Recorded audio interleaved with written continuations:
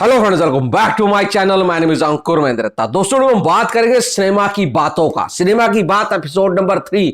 इसमें बहुत सी चीजों के ऊपर हम बात करने वाले हैं। कुछ खबरें पुरानी हैं, कुछ खबरें नई हैं, मतलब इतनी भी पुरानी नहीं है, एक दिन हुआ होगा, पर सबको मिला जुला के आज हम बात करने वाले हैं। तो सबसे पहले उठाते हैं हम रणवीर सिंह को। रणवीर सिंह, मुझे लगता है इनको पर्सनल लाइफ में भी प्रोफेशनल लाइफ में भी छूटा हुआ माल मिलता है। ऐसा मैं क्यों कह रहा हूं? शुरुआत के करियर से ही पकड़ लो इनको।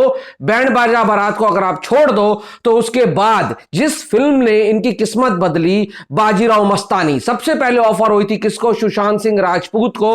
उसके बाद अजय देवगन को। उन दोनों ने मना किया तो जाकर ये मिली रणवीर सिंह को। सुशांत सिंह राजपूत ने मना नहीं किया था, वो यशराज के साथ उनका कॉन्ट्रैक्ट था, इस वजह से वो बोर्ड पर नहीं आ पाए थे। फिर जो पद्मावत आई थी जिसमें इन्होंने अलाउद्दीन खिलजी का रोल प्ले किया था, और उस रोल की वजह से ये भाई साहब छा गए थे। वो भी सबसे पहले अजय देवगन को ऑफर हुआ था। अजय देवगन ने वो साफ साफ मना कर दिया था बंसाली साहब को कि मैं करियर के इस पड़ाव के ऊपर नेगेटिव रोल नहीं करना चाहता हूं।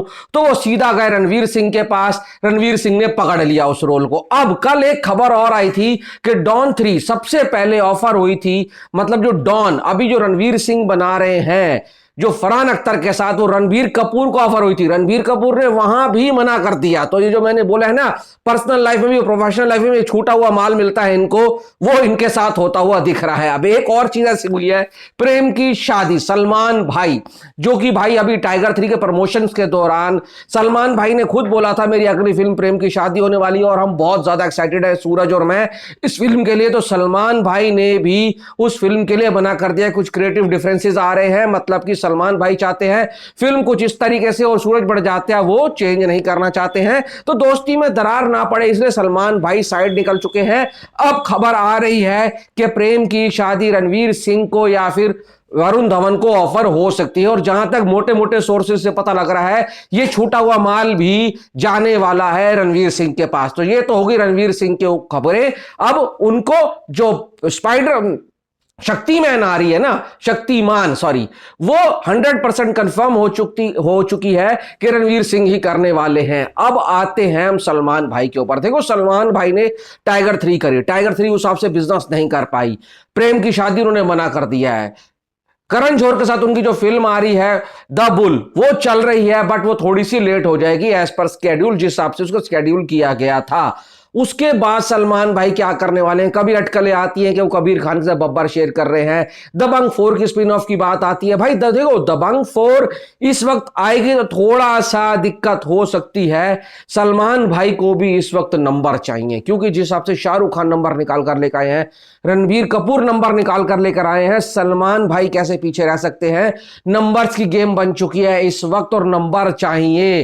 तो भाई नंबर होने के लिए आपके पास स्क्रिप्ट में दम होना चाहिए। स्टारडम के दम पर आप 300-400 करोड़ कर लोगे, बट आपको 500 करोड़ प्लस में जाना है तो आपकी फिल्म में दम होना चाहिए, न्यूट्रल ऑडियंस के साथ मिलना चाहिए, तभी फिल्म चलती है। अब टाइगर वर्सेस पठान को लेकर बातें चल रही हैं 2 दिनों से।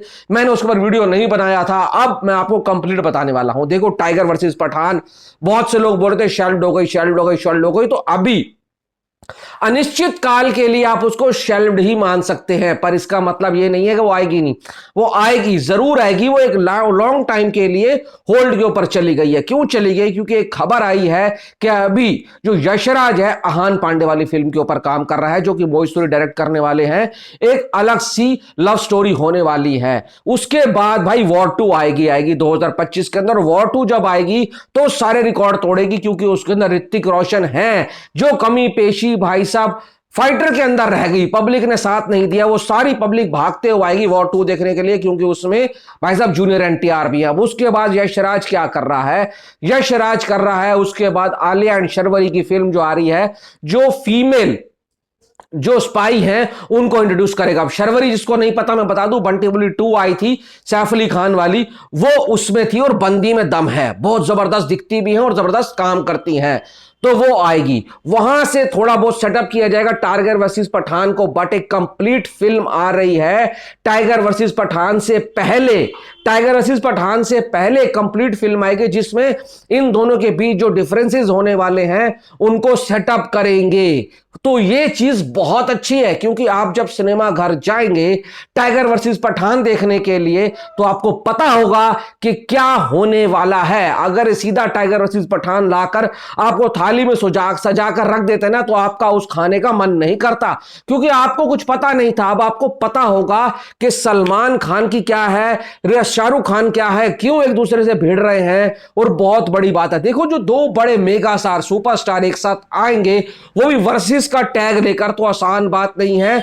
दोनों के फैन क्लब्स को भाई साहब खुश करना बहुत मुश्किल टास्क है, और इस मुश्किल टास्क का बीड़ा उठाया है किसने? आदि चोपड़ा ने। और आदि चोपड़ा लग गए हैं जोर शोर से स्क्रिप्ट लिखने के लिए, और वो अब कुछ ऐसा लिख रहे हैं कि पब्लिक हिंदुस्तान पाकिस्तान के टॉपिक से भी हटे।